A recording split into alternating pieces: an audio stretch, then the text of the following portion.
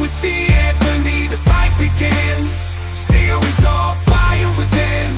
Every jab, every hook, every thunderous blow. Dances with destiny, a relentless flow. Is Errol Spence Jr. career over? What's next? Who's next? When? Like, comment, subscribe to the channel if you like the content. Talk about the career of Errol Spence Jr. We know it's been a while. The big fish, man down, strap season. Last time we saw him last year, July. That was the big fight for us. That was our Pacquiao, Floyd, our Tito, Oscar De La Hoya. And totally one-sided fight. Ninth round, I believe ninth round TKO. And it's been a while, but we probably, I think everybody who saw that fight, who wanted to see that fight, we expected that we would have had the rematch by now. So just talk about the build up to the fight. Everybody, we know this was the big fight. They both did their thing. Both fought Sean Porter. Boyd went up against Cal Brook. Crawford went over and did his thing versus Amir Khan. Easy work. Spence at the same time was taking care of Ugas. But that fight, fight night, I said it before. Many people said it before. Errol definitely 100% just didn't look right. Looked sedated. Looked like he had just came out of some kind of steam room, hot room, steam tub, some kind of thing like that. Looked weight drained, possibly trying to make weight. We all, he had talked to, I think, even the year before that fight, he had talked about possibly making a move to 154 after him and Crawford had get their thing done and they wanted to unify for the belts. Him and Crawford. Crawford still had that WBO. So Spence, I feel like he kind of went through a lot, and it's been a while since he's been in the ring. And ring rust, 100% is the real thing, 100%. And it's gonna be a big change right now. Age 34, still got to think that fight was the last of him and Derrick James.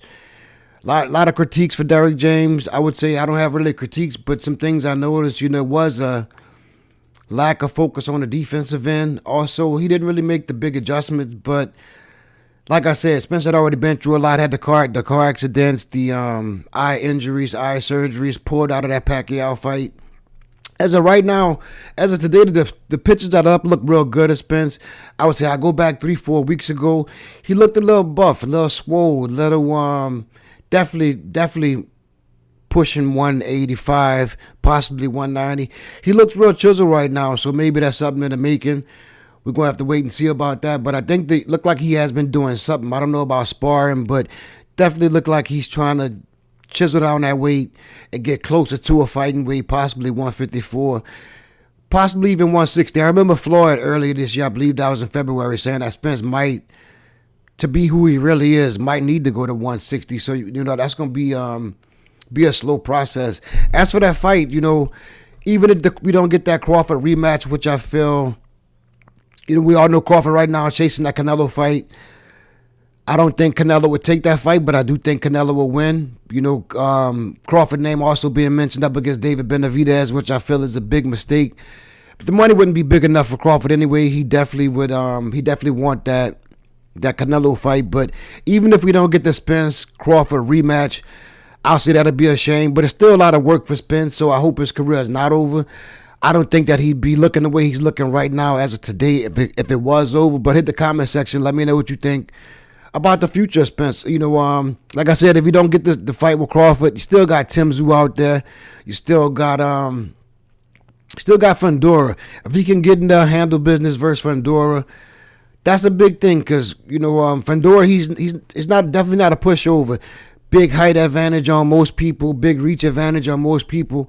If Spence can go in there and stop this man, do his thing, looking like the big fish, that puts you right back in the top, top 5 to 7 range in that 154 range.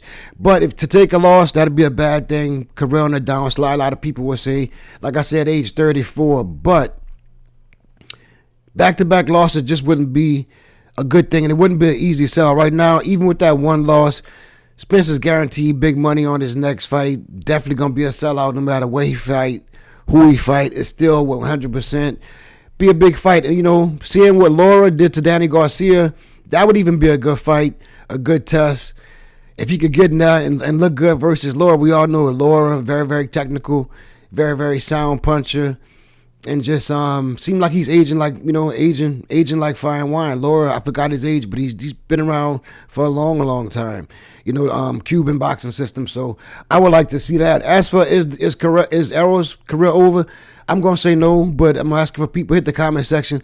Let me know what you think about the future of Errol Spence Jr. and how you still feel about him coming back, maybe 154, 160. And if you still want to see that fight with him and Crawford, I 100% still want to see that fight. Like I said, that version of Spence that fought Crawford that night, I don't think that version of Spence would have did well versus Kell Brook, wouldn't have did well versus Sean Porter, anybody. That was just, I would say, a physically lackluster Errol Spence Jr. I would say it had nothing to do about what went on in the ring with the skills. Seemed like just was not healthy, was not in good shape. But hit the comment section. Like, comment, subscribe. Peace. Boxing with C. Anthony, the fight begins. Steel is all fire within.